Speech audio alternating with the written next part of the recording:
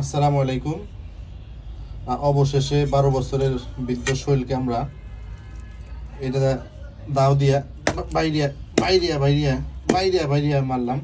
আমার গিন্নি তো ধরতে গেছিল, ধরতে যায় মানে ভয়ে বেহুশ হয়ে গেছে। পর আমি আমাদের সে বড় ধারালো যে শোল আছে ওইটা নিয়ে আসছি। এনে এনে এনে অনেকগুলো দিছি, অনেকগুলো মায়ের দিছি। এখন মোটামুটি মৃত্যুর পথে তারা। সত্যি আসলে পিছনের কয়েক বছরে, পিছনের 20 বছরে মনে হয় এত বড় শৈল মাছ খাওয়া হয় নাই। দেখছেন মাছটার রংটা কি, রংটা অলরেডি সাদা থেকে লালে পরিণত হয়ে গেছে। 3টি মাছ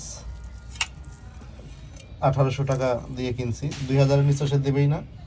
পরে বলে কয়ে 1800 টাকা দিছি 3টা শৈল। মূলত এগুলো এক একটা শৈল যদি 1000 করে বলতো তারপরে আমি নিয়ে আসতাম। 1 কেজির উপরে শৈল মাছগুলো, কালারটা সেই রকম।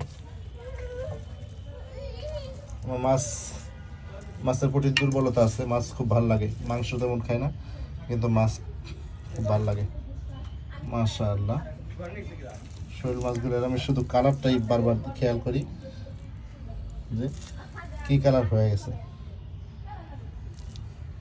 এক একটা শৈল 1 কেজির উপরে।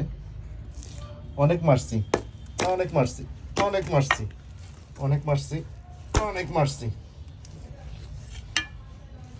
মার না দিলে তো ঠিক হবে না। গেলে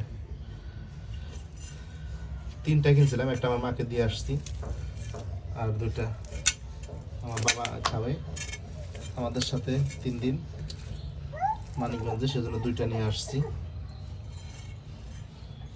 মাশাআল্লাহ, উনিও তাজা। অনেক মারছি, এরপরেও নড়াচড়া করতেছে।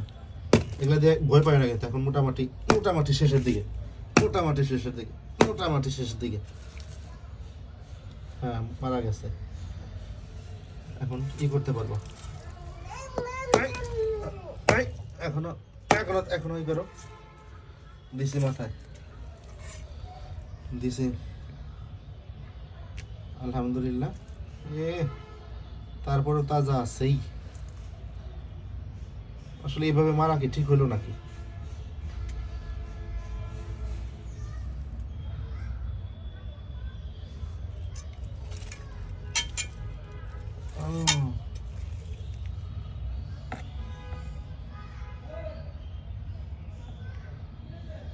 ওকে, ভালো থাকবেন সকলেই।